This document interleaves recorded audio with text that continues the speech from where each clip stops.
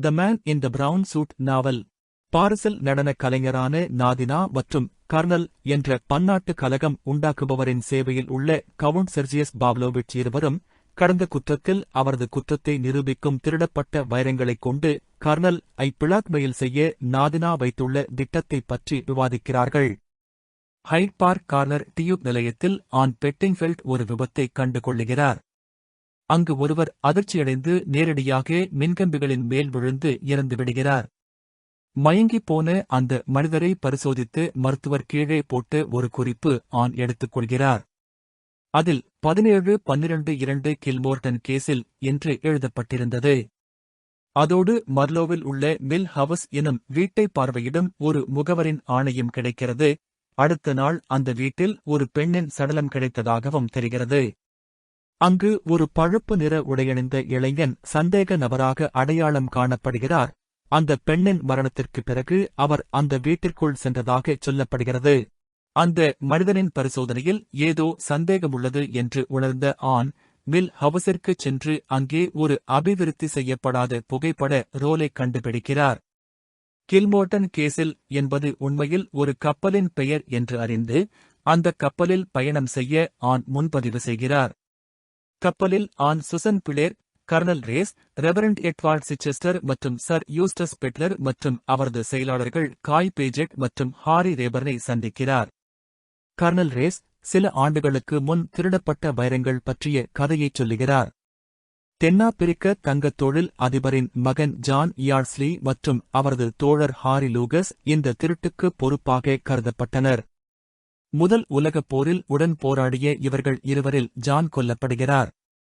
அவரது தந்தையின் பெரும் செல்வம் அடுத்து உறவினரான ரேஸ்க்கு சென்றது. லூகஸ் செயலில் காணாமல் போனவர் என பதிவிடப்பட்டார்.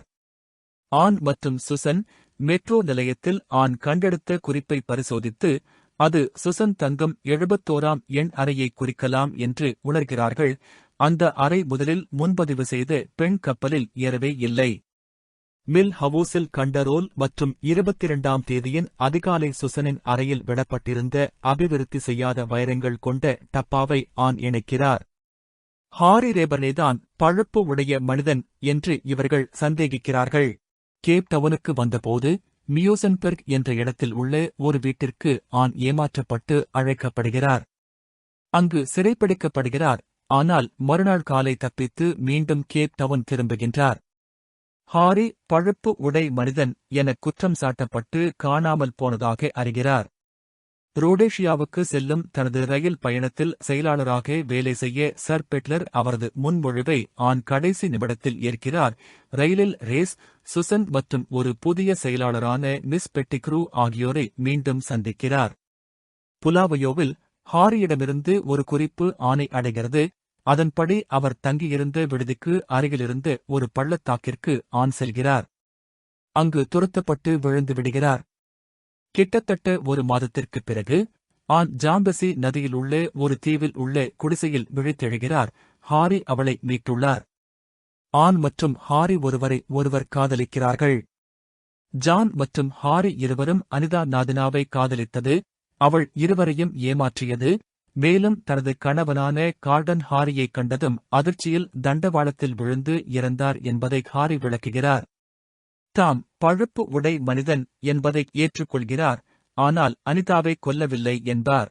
அவர்களின் தீவு தாக்கப்பட்டதால் இருவரும் தப்பி ஓடி ஹாரியின் குடிசைக்கு நெருப்பு வைத்து எரிக்கிறார்கள்.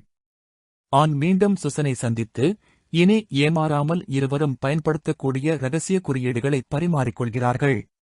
அதே சமயம் குறியீடு இல்லாத ஒரு ஹாரி கையொப்பமிட்ட டெலிகிராம் ஆனை சந்திக்கச் சொல்லுகிறது. ஆனால் ஆன் அதற்கு பதிலாக சிச்செஸ்டரை, அதாவது மிஸ் பெட்டிக்ரூவை சந்திக்கிறார். சிச்செஸ்டரின் தலைவன் யார் என்பதை ஆன் சரியாக கணித்திருந்தார். அவர் சர் யூஸ்டஸ் பெட்லர். பெட்லர் ஹாரியை தன் அலுவலகத்திற்கு அழைக்க ஆனை மிரட்டி ஒரு குறிப்பு எழுத வைக்கிறார். ஹாரி வருகிறார். ஆனால் ஆன் துப்பாக்கியை எடுத்து விடுகிறார். ஹாரி மற்றும் ஆன் சேர்ந்து பெட்லரை பிடித்துக் கொள்கிறார்கள். ரேஸ் உதவியுடன் வருகிறார். ஆனால் பெட்லர் இரவு நேரத்தில் தப்பிவிடுகிறார். ரேஸ் ஹாரி உண்மையில் ஹாரி லூகஸ் அல்ல, ஜான் யார்ட்ஸ்லி என்று ஆனை அறிவிக்கிறார். ஆன் மற்றும் ஹாரி இங்கிலாந்து திரும்பி திருமணம் செய்ய திட்டமிடுகிறார்கள். இரவு, ஹாரி ஆனை வெளியே அழைத்து வந்து, திடீரென கிடைத்த பெரும் செல்வம் தன்னை பயமுறுத்துவதாகவும், ரோடேஷியாவில் தன்னுடன் தங்குமாறு ஆனிடம் கேட்கிறார். ஆன் சம்மதித்து, ஜாம்பெசி தீவில் ஹாரியுடன் குடியேறுகிறார். பின்னர் அவர்களுக்கு ஒரு மகன் பிறக்கிறார்.